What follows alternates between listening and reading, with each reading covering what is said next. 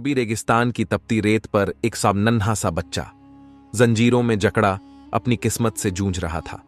उसकी आंखों में आड़, दर्द और बेबसी आस की लकीरें थीं, लेकिन उसके दिल में अभी भी एक सन चिंगारी बाकी थी। दूर कहीं एक सन महल के झरोखे से उसे एक औरत देख रही थी, जिसकी आंखों में कोई राजम छिपा था। कौन थी वो, और क्यों उसकी नजरें उस मासूम पर एहन टिक गईं? क्या यह बच्चा हमेशा गुलामी की जंजीरों में जकड़ा रहेगा, या किस्मत उसे हीरा बना देगी? जानने के लिए वीडियो को पूरा देखिए और उससे पहले हमारे चैनल को सब्सक्राइब कर दो। चलो शुरू करते हैं। गर्म रेत पर तेज हवा के झोंके जैसे ही उठे, मस्जिद नबवी के करीब की गलियों में रेत का गुब्बार फैल गया। दूर दूर तक बल खाती गलियां, खजूर के दरख्त और मिट्टी के छोटे छोटे घरों से सजी बस्ती। यहीं कहीं एक छोटी सी झोंपड़ी में एक बूढ़ा आदमी नमाज पढ़ रहा था। उसके चेहरे की झुर्रियां बता रही थीं कि उसने जिंदगी में बहुत कुछ देखा था, फिर भी उसकी आंखों में एक अजीब सुकून था। वो अल्लाह के सामने सजदे में पड़ा रो रहा था। या अल्लाह, मेरी औलाद को नेक बना, उसे हर बुराई से बचा और उसे वह मकाम अता कर जो तू अपने खास बंदों को देता है। यह दुआ शेख अब्दुल कादिर उन की थी, जिनकी पूरी जिंदगी फकीरी में गुजरी थी। वह तिजारत करते थे, लेकिन हमेशा गरीबों की मदद में अपनी कमाई लगा देते। उनकी एक ही संतान थी, असद, जो अभी सिर्फ 12 साल का था। असद की मां फातिमा बीबी बहुत नेक खातून थीं, लेकिन किस्मत को कुछ और ही मंजूर था। जब असद सिर्फ 7 साल का था, उसकी मां इस दुनिया को छोड़कर चली गई। उसके आखिरी लफ्ज थे, असद को अल्लाह की राह पर चलाना, क्योंकि दुनिया बहुत मतलबी है, उसे सच्चाई और ईमानदारी का सबक देना। शेख अब्दुल कादिर ने अपनी बीवी की यह बात दिल में बसा ली, लेकिन एक अकेले बाप के लिए बच्चे को पालना आसान नहीं होता, खासकर जब जेब में सिर्फ चंद दिरहम हों और दुनिया की चालाकियां चारों तरफ फैली हों। असद बेहद ज़हीन बच्चा था। उसकी आंखों में दुनिया को समझने की चाहत थी, मगर फटे हुए कपड़ों में दूसरों के बच्चों को महंगे कपड़े पहने देखकर उसके दिल में कभी कभी उदासी भी आ जाती। एक रोज जब वह मस्जिद से लौट रहा था, तो उसने देखा कि कुछ अमीर बच्चों के हाथ में ताज़ा रोटी और शहद लगा हुआ था। उनके चेहरे खुशी से दमक रहे थे। असद अपने घर पहुंचा तो उसने अपने बाप से कहा, अब्बा, मैं भी वो शहद वाली रोटी खाना चाहता हूं। शेख अब्दुल कादिर ने असद को गोद में बिठाया और उसके सिर पर हाथ फेरते हुए बोले, बेटा, ये दुनिया के शहद से ज्यादा मीठी चीज ईमान है।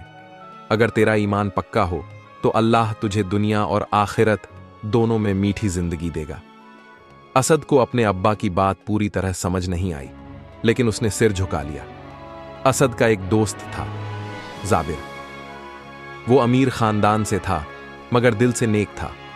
एक रोज जाबिर ने असद से कहा, असद, अगर तुम्हारे अब्बा तुम्हें अच्छी जिंदगी नहीं दे सकते, तो क्यों ना हम लोग कुछ काम करें? असद ने पूछा, कैसा काम? जाबिर ने इधर उधर देखा, फिर धीमे से बोला, शहर के बाहर कारवां आते हैं, अगर हम उन लोगों के लिए सामान उठाने में मदद करें तो पैसे मिल सकते हैं। असद को यह आइडिया अच्छा लगा, लेकिन उसे क्या पता था कि यह फैसला उसकी जिंदगी का सबसे बड़ा इम्तिहान बनने वाला था।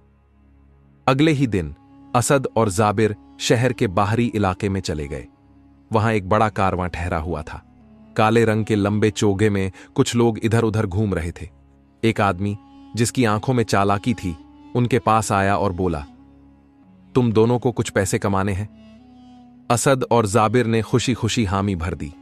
आदमी ने एक थैला दिया और कहा, इस थैले को उस ऊंट तक ले जाओ, इसके बदले में तुम्हें 2 दिरहम मिलेंगे। असद और जाबिर ने थैला उठाया और ऊंट तक पहुंचाए। जैसे ही उन्होंने काम पूरा किया और पैसे लेने के लिए मुड़े, अचानक उनकी आंखों के आगे अंधेरा छा गया। किसी ने उनके सिर पर वार किया था। जब असद की आंख खुली तो उसने खुद को एक अंधेरे कमरे में पाया। उसका सिर दर्द से फटा जा रहा था। उसने चारों तरफ देखा। दीवारें मिट्टी की थीं। एक कोने में जाबिर बेहोश पड़ा था। अचानक दरवाजा खुला और वहीं आदमी अंदर आया। अब तुम हमारे गुलाम हो। अगर बचना चाहते हो तो वही करोगे जो हम कहेंगे। असद और जाबिर की आंखों में खौफ था। या अल्लाह, ये मेरे साथ क्या हो गया। दूसरी तरफ शेख अब्दुल कादिर पूरे शहर में असद को तलाश कर रहे थे। उनकी आंखें नम थीं। वह हर जगह बस यही पूछते, क्या किसी ने मेरा बेटा देखा है? लेकिन कोई जवाब नहीं था। मस्जिद में बैठे एक बुजुर्ग ने उनके कंधे पर हाथ रखा और कहा, अल्लाह अपने नेक बंदों की परीक्षा लेता है। शेख, सब्र करो, वह वापस आएगा। लेकिन यह सब्र कितना लंबा होगा, यह कोई नहीं जानता था। गुलामी की जिंदगी कैसी होती है, यह असद को अब समझ आ रहा था। उसे और जाबिर को रेगिस्तान के बीचों बीच एक किले में ले जाया गया, जहां और भी बहुत से गुलाम थे। उनका नया मालिक शेख उमर बिन खालिद एक ताकतवर आदमी था, जिसका नाम दूर दूर तक गूंजता था। यहां से भागने की कोशिश भी मत करना, उसने गुस्से से कहा। अगर जिंदा रहना चाहते हो तो काम करो। असद की आंखों में आंसू थे। उसने आसमान की तरफ देखा और कहा, या अल्लाह, क्या यही मेरी तकदीर है? असद और जाबिर की आंखों में अब भी डर था। वो नहीं जानते थे कि उनकी तकदीर उन्हें किस अंधेरे रास्ते पर ले आई थी। शेख उमर बिन खालिद का किला शहर के बाहरी इलाके में था। अंदर दाखिल होते ही गुलामों की लंबी कतारें दिखती थीं, जिनमें हर कोई थका हुआ और मायूस नजर आ रहा था। कुछ लोग तांबे और लोहे के बर्तन साफ कर रहे थे, तो कुछ ऊंटों के लिए पानी भर रहे थे। असद और जाबिर को भी एक कोने में खड़ा कर दिया गया। तभी एक लंबा चौड़ा आदमी आया, जिसके चेहरे पर सख्ती साफ झलक रही थी। ये नए गुलाम हैं? उसने शेख उमर से पूछा। हां, अब्दुल मलिक, इन्हें सिखा दो कि यहां कैसे रहना है। शेख उमर ने जवाब दिया। अब्दुल मलिक गुलामों का मुखतार था। वो शेख उमर का सबसे वफादार आदमी था और अपनी बेरहमी के लिए जाना जाता था।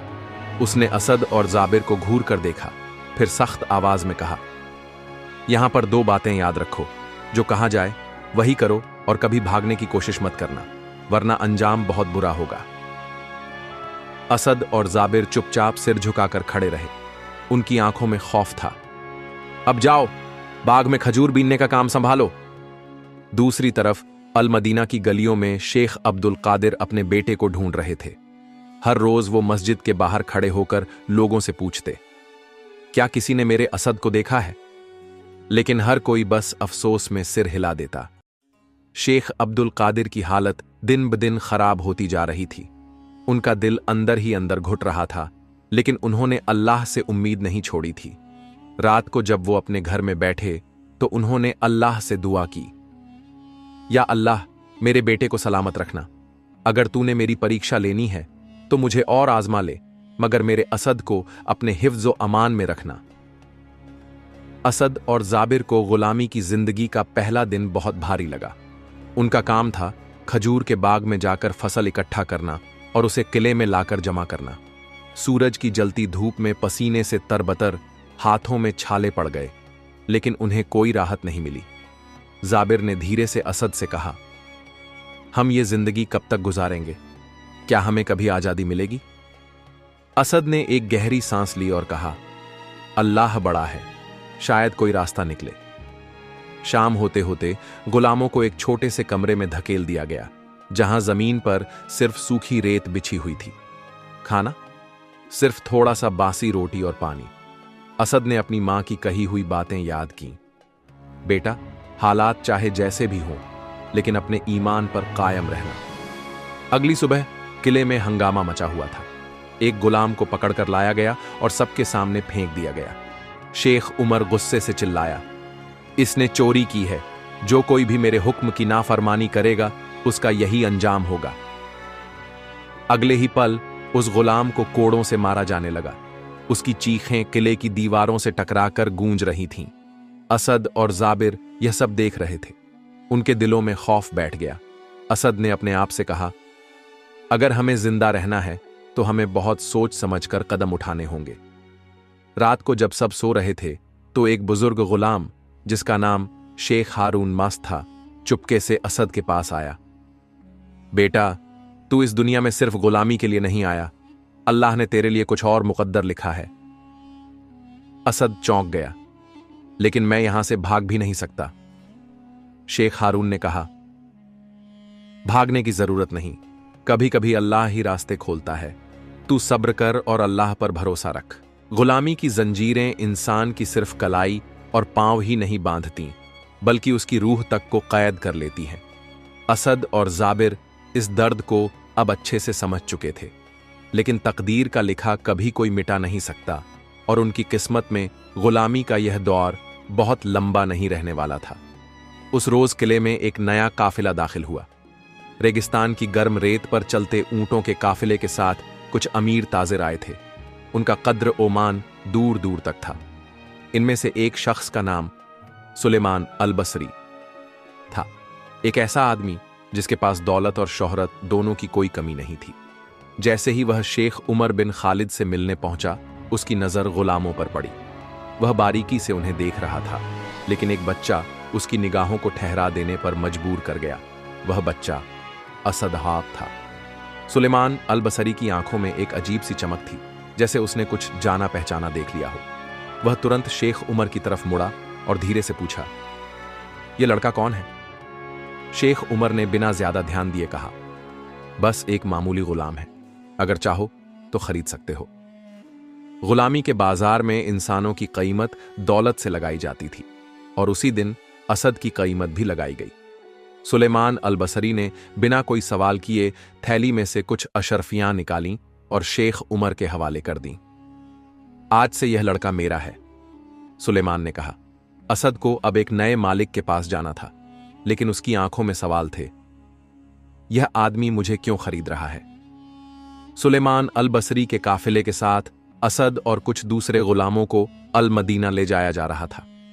रात के वक्त जब काफिला रेगिस्तान के बीचों बीच ठहरा, तो असद को अचानक महसूस हुआ कि कोई उसे देख रहा है। वह चौंक कर मुड़ा तो उसने देखा कि सुलेमान उसे ही घूर रहा था। क्या तुम अल मदीना के रहने वाले हो? सुलेमान ने पूछा। असद ने धीमी आवाज में जवाब दिया, जी, मेरा घर अल मदीना में ही है, लेकिन अब वहां कोई मेरा इंतजार नहीं कर रहा होगा। सुलेमान की आंखों में एक गहरी सोच झलक रही थी, लेकिन उसने कुछ नहीं कहा और बस आसमान की तरफ देखने लगा। असद को यकीन नहीं आ रहा था कि वह इतने दिनों बाद फिर से अल मदीना वापस जा रहा था। कहीं उसके अब्बा उसे ढूंढते ढूंढते थक तो नहीं गए होंगे? कहीं उन्होंने भी यह मान तो नहीं लिया होगा कि उनका बेटा अब इस दुनिया में नहीं रहा? असद के दिल में सवालों का एक तूफान उठ रहा था। अल मदीना में असद के अब्बा शेख अब्दुल कादिर का हाल बहुत खराब हो चुका था। उन्होंने ना ठीक से खाना खाया, ना ही आराम किया। उनका पूरा दिन बस इसी फिक्र में गुजरता कि उनका बेटा कहां चला गया। एक दिन वह मस्जिद में बैठे थे कि एक अजनबी शख्स उनके पास आया और बोला, शेख, मैंने सुना है कि आपने अपने बेटे को खो दिया है। शेख अब्दुल कादिर ने उदास आवाज में कहा, हां, कई महीनों से मेरा असद लापता है। उस अजनबी ने एक लंबी सांस ली और कहा, कभी कभी अल्लाह अपने बंदों को कठिन इम्तिहानों में डालता है, लेकिन यकीन रखो वह बहुत जल्द तुम्हारी दुआ कबूल करेगा। शेख अब्दुल कादिर की आंखों में आंसू आ गए। असद और सुलेमान अल बसरी अल मदीना के बाजार में दाखिल हो चुके थे। सुलेमान उसे लेकर अपने घर गया, जहां उसकी बीवी और बच्चे रहते थे। अब से तुम मेरे घर का हिस्सा हो, सुलेमान ने कहा। लेकिन फिर उसने असद की आंखों में झांका और धीरे से पूछा, क्या तुम्हें अपने घर जाने की इच्छा नहीं होती? असद की आंखों से आंसू टपक पड़े। अब्बा, अगर वो जिंदा होंगे तो मुझे जरूर ढूंढ रहे होंगे, असद ने कहा। सुलेमान ने मुस्कुराकर कहा, तो फिर देर किस बात की? चलो, तुम्हें तुम्हारे घर छोड़ देते हैं। असद को यकीन नहीं आ रहा था कि वह अपने घर के दरवाजे तक पहुंच चुका है। उसका दिल जोर जोर से धड़क रहा था। क्या अब्बा उसे देखकर पहचान पाएंगे? उसने दरवाजे पर दस्तक दी। अंदर से एक कमजोर आवाज आई, कौन है? दरवाजा खुला और सामने शेख अब्दुल कादिर खड़े थे। उनकी आंखें धंस चुकी थीं, चेहरा मायूस था, लेकिन जैसे ही उन्होंने असद को देखा, असद! शेख अब्दुल कादिर की आवाज कांप गई। उन्होंने असद को गले से लगा लिया और जोर जोर से रोने लगे। या अल्लाह, तूने मेरी दुआ कबूल कर ली। असद भी रोने लगा। असद की तकदीर में अल्लाह ने गुलामी नहीं लिखी थी, बल्कि उसे बड़ा मकाम देने का इरादा किया था। शेख अब्दुल कादिर ने सुलेमान अल बसरी का शुक्रिया अदा किया। सुलेमान ने मुस्कुराते हुए कहा, अल्लाह ने चाहा तो यह लड़का बहुत बड़ा आदमी बनेगा। असद को अब अपने अब्बा के साथ रहना था, लेकिन वह जानता था कि जिंदगी उसे एक और बड़ी परीक्षा देने वाली थी। क्या असद अपनी किस्मत बदल पाएगा? क्या वह मिट्टी से हीरा बनने का सफर पूरा कर पाएगा? असद के लौटने के बाद घर में बरकत और सुकून लौट आया था। शेख अब्दुल कादिर की आंखों की चमक वापस आ गई थी, लेकिन तकदीर का सफर अभी खत्म नहीं हुआ था। असद ने गुलामी का दर्द झेला था। वह जानता था कि यह दुनिया किसी के साथ हमेशा एक जैसी नहीं रहती। अब उसके सामने एक और इम्तिहान आने वाला था। एक रोज असद अपने अब्बा के साथ मस्जिद में बैठा था। शेख अब्दुल कादिर ने उसकी तरफ देखा और कहा, बेटा, अब तुझे अपने पैर पर खड़ा होना होगा। असद ने सिर झुका लिया। अब्बा, मैं क्या कर सकता हूं?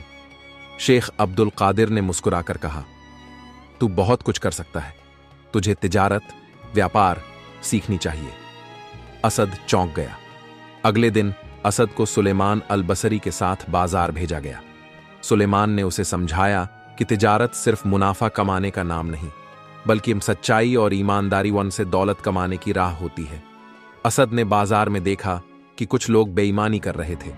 कुछ व्यापारी घटिया माल को ऊंचे दामों में बेच रहे थे। सुलेमान ने असद से कहा, अगर तू चाहता है कि अल्लाह तेरी तिजारत में बरकत दे तो कभी झूठ मत बोलना। तरादी पहला इम्तिहान। एक दिन असद अपने पहले सौदे के लिए तैयार था। उसने अपनी दुकान में खजूर और सूखे मेवे रखे। एक ग्राहक आया और कहा, ये खजूर कितने के हैं? असद ने दाम बताया। ग्राहक ने खजूर उठाए और चला गया, लेकिन तभी असद को एहसास हुआ कि ग्राहक उसे ज्यादा पैसे देकर गया था। उसने दौड़कर उसे रोका और कहा, आपने ज्यादा पैसे दे दिए हैं, यह लीजिए, अपनी अमानत वापस ले जाइए। वह आदमी हैरान रह गया। आजकल के जमाने में ऐसा ईमानदार लड़का कहां मिलता है। असद की ईमानदारी की वजह से उसकी दुकान पर लोगों की भीड़ बढ़ने लगी, लेकिन यह बात कुछ लोगों को पसंद नहीं आई। एक दिन एक व्यापारी जिसका नाम जाफरमा था, उसने असद को धमकाते हुए कहा, अगर तूने हमारी तरह व्यापार नहीं किया तो तुझे इस बाजार में कोई जगह नहीं देगा। असद ने नरमी से जवाब दिया, मैं झूठ और धोखे से कमाई नहीं कर सकता। रात के वक्त जाफर और उसके साथियों ने असद की दुकान से कुछ सामान चोरी कर लिया और अगले दिन हंगामा खड़ा कर दिया। असद चोर है, इसने हमारी दुकानों से चोरी की है। बाजार में कोहराम मच गया। लोग असद की तरफ देखने लगे। शेख अब्दुल कादिर भागते हुए आए और बोले, मेरा बेटा चोरी नहीं कर सकता। लेकिन जाफर ने गवाही देने के लिए कुछ झूठे लोग बुला लिए थे। शहर के काजी ने फैसला दिया कि असद को बाजार से निकाल दिया जाए। असद की आंखों में आंसू थे, लेकिन उसने अपने अब्बा की बात याद की। बेटा, जब अल्लाह किसी को आजमाता है तो वह उससे बेहतर इनाम भी देता है।